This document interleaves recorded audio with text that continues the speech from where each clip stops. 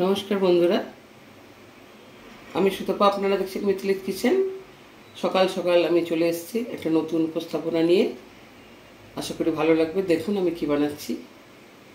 আজ আমি বানাবো দই বেগুন, খুব সহজ পদ্ধতিতে, এক ঝামেলা ছাড়া, সময় সাপেক্ষ করে এই রেসিপিটা আমি বানাচ্ছি।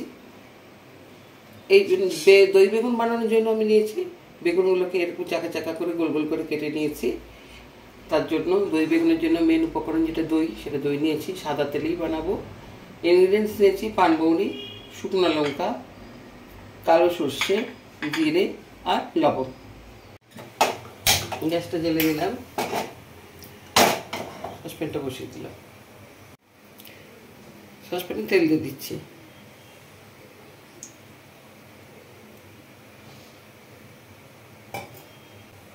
প্রথমে দিয়ে দিচ্ছি আমি জিরে,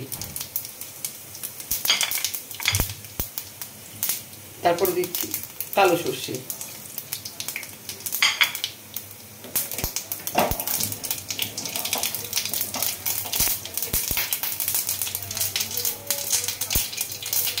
বেগুনটা দিয়ে দিচ্ছি।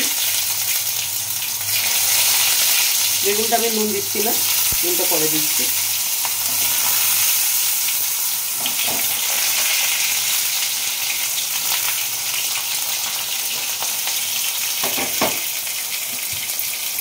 বেগুনটা ডিপ করে ভাজবো না, হালকা করেই ভাজবো।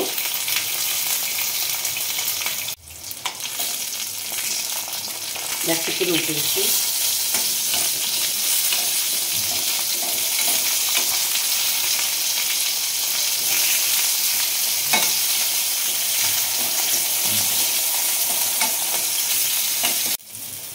বেগুনটা লো ফ্লেমে আস্তে আস্তে হতে থাক।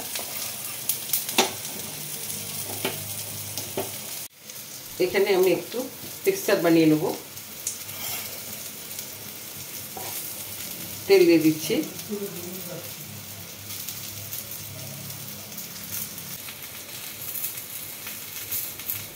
আর দিচ্ছি পানমৌরি।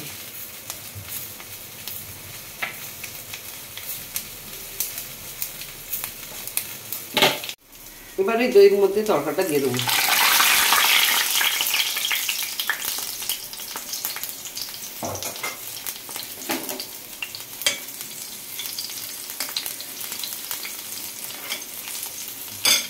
পরিমাণ মতো লবণ দিয়ে দিচ্ছি।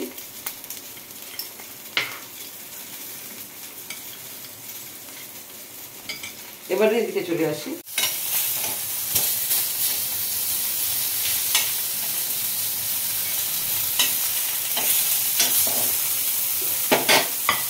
এরপরে দই মিশ্রণটা আমি দিয়ে দিচ্ছি।